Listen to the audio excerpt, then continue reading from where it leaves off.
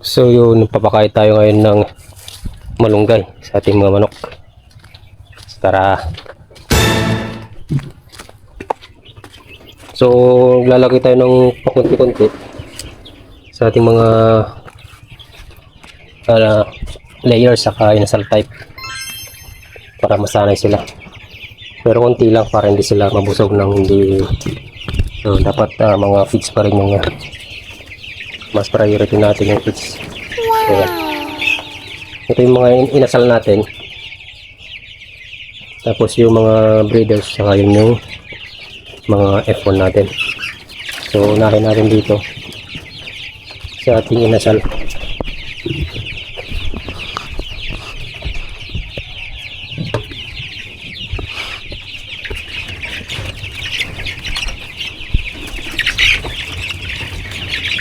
Maglalagay lang tayo ng mga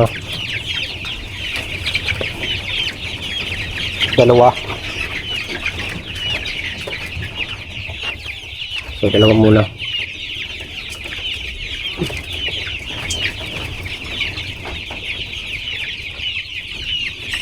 Tatali lang natin. Tapos saka natin bibitawan. Yun. Kakainin na yan.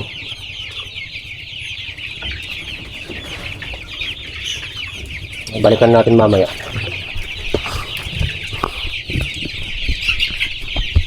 So ito yung mga layers natin. Ayan o, dinumog na o.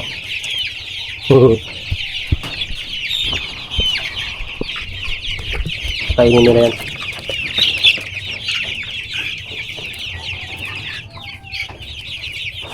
Yan yung mga inasal type natin. Tapos ito naman yung mga layers.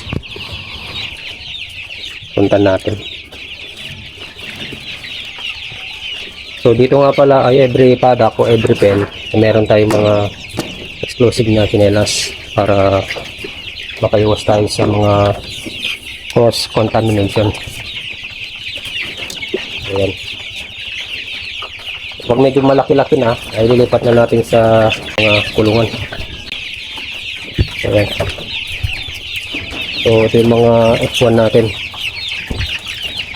Yun yung kinain na nila nung nakaraan. So lalagyan ulit natin ng malunggay. Titingnan natin kung gusto nila. Tapos pipitawan natin. Yun. So check natin kung kakainin nila. Pangapang lang tayo nito.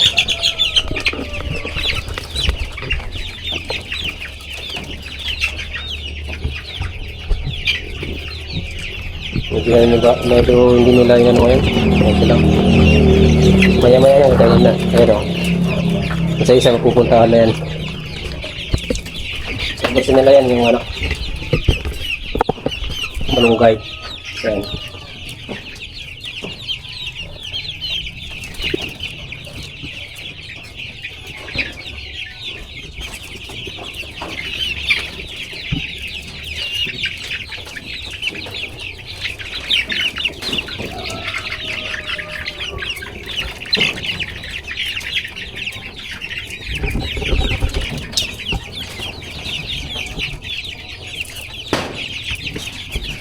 So nagbibigay ako konti-konti lang.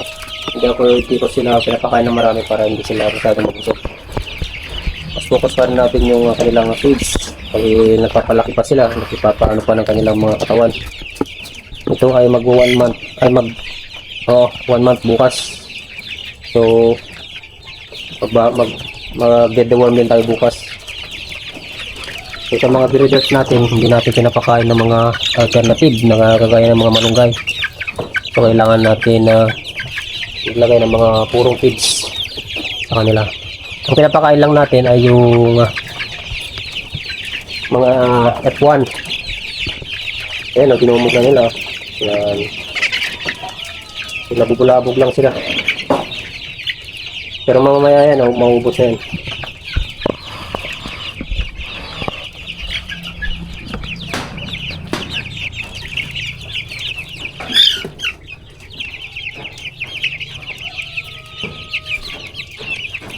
Ito yung mga manok natin, ng malunggay, saka yung saging.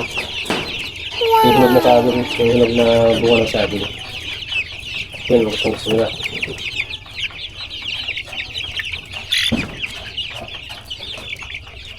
Pero bibili tayo mga hapon, minsan umaga, 11 to 12. Isang oras lang yun. So naman, ulit tayo. So magbigay pa rin tayo para sila ay makatikim pa kunti-kunti. Yan.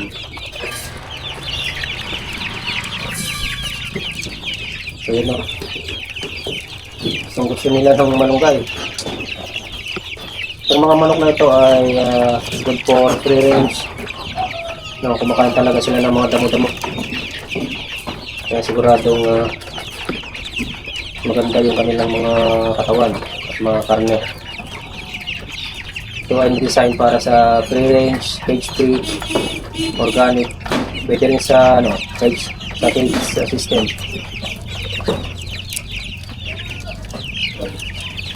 Ang itlog nila ay brown. Kulay brown yung itlog nila. Yung mga U102, D853, yan. Saka yung itim, U109. Saka itong bird, ano itong bird. Kaya dinapakan talaga natin ng mga kulay-gulay. Hindi pa yung mga iba. Dito sa kabila. Hindi pa sila lumalabas eh. Hindi ako kumakain. Papahinga. Yan.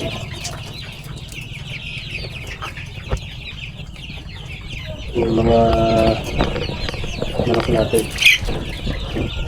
So, quality yan. Ito, yung bird oh.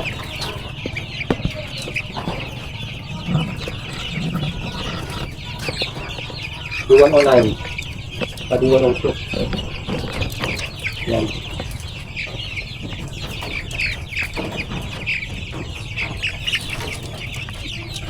Ito, D1A2.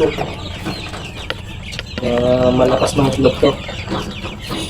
Tapos yung D109. Malakas ng itlog yan. Mga F1. Certified Superior F1 ng Binyan Siso. Yung mga alaga natin. Pero, so sabi ko kanina, may 1 month pa lang mga to. Yan. Tamang tamang alaga, tamang pakain, tamang vitamins. Siyempre, yung kalinisan ng kanilang kulungan.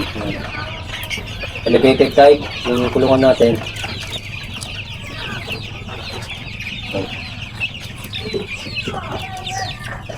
Na maya-maya yan, maubos yan. So, yung mga breeders natin,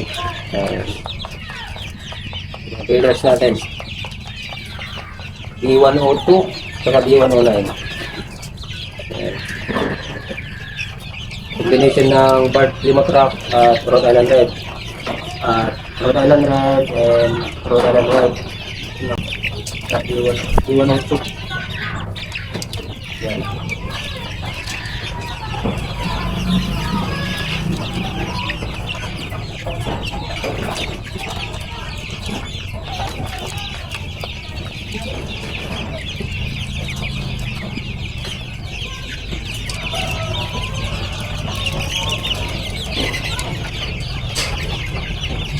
Maganda, lalakas sila. So, konti lang yung hindi nakapasa kahapon sa tamang timbang. Yung mga Island Red natin, yung mga lalaki.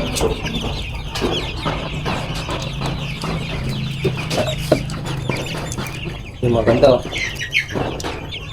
Malilaki mga ito, malilaki mga ito.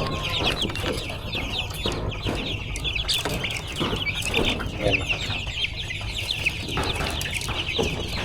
So, balik tayo dito sa kabila. Istorbo sila. So, ayan muna natin silang kumain. Baka nahiya sila, nahiya. The bird.